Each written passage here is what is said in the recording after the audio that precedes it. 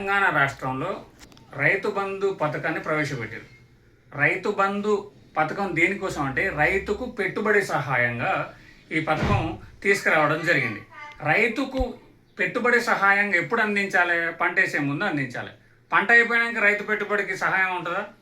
రైతుకు పైసలు లేక పక్కోని కాడికి వాని కాడికి వీని కాడికి పోయి అప్పులకాయలు రప్పించుకొని అప్పులు తెచ్చుకొని పంట పెట్టుబడికి ఎలదీసే రైతులు ఎంతోమంది, చిన్నకారు రైతులు అనేక సార్లు ఇలాంటి కష్టాలను ఎదుర్కొంటున్నారు. అందుకనే అలాంటి వాటిని ఎగ్జిమ్ చేయడం కోసం, అలాంటి వాటి నుంచి బయటకు తీసుకురావడం కోసం మనకు రైతు బంధు పథకం తీసుకురావడం జరిగింది. ఇప్పుడు రైతు భరోసా పేరు మీద 2000 పెంచి 6000 ప్రభుత్వం అందిస్తుంది. కానీ ఎప్పుడు అందిస్తుంది?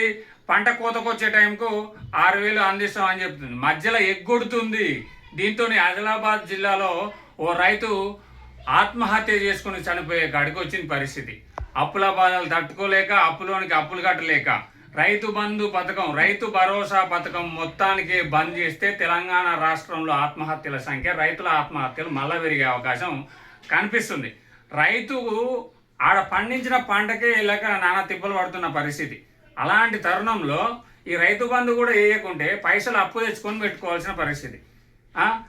అనేక సార్లు తెలంగాణ రాష్ట్ర ప్రభుత్వం కోతలు విధించింది, రైతు బంధు కట్ చేసింది, అసలు ఇయ్యలే. ఏదో ఇచ్చే పథకాలనే ఇవే పథకాలు అని చూపిస్తుంది.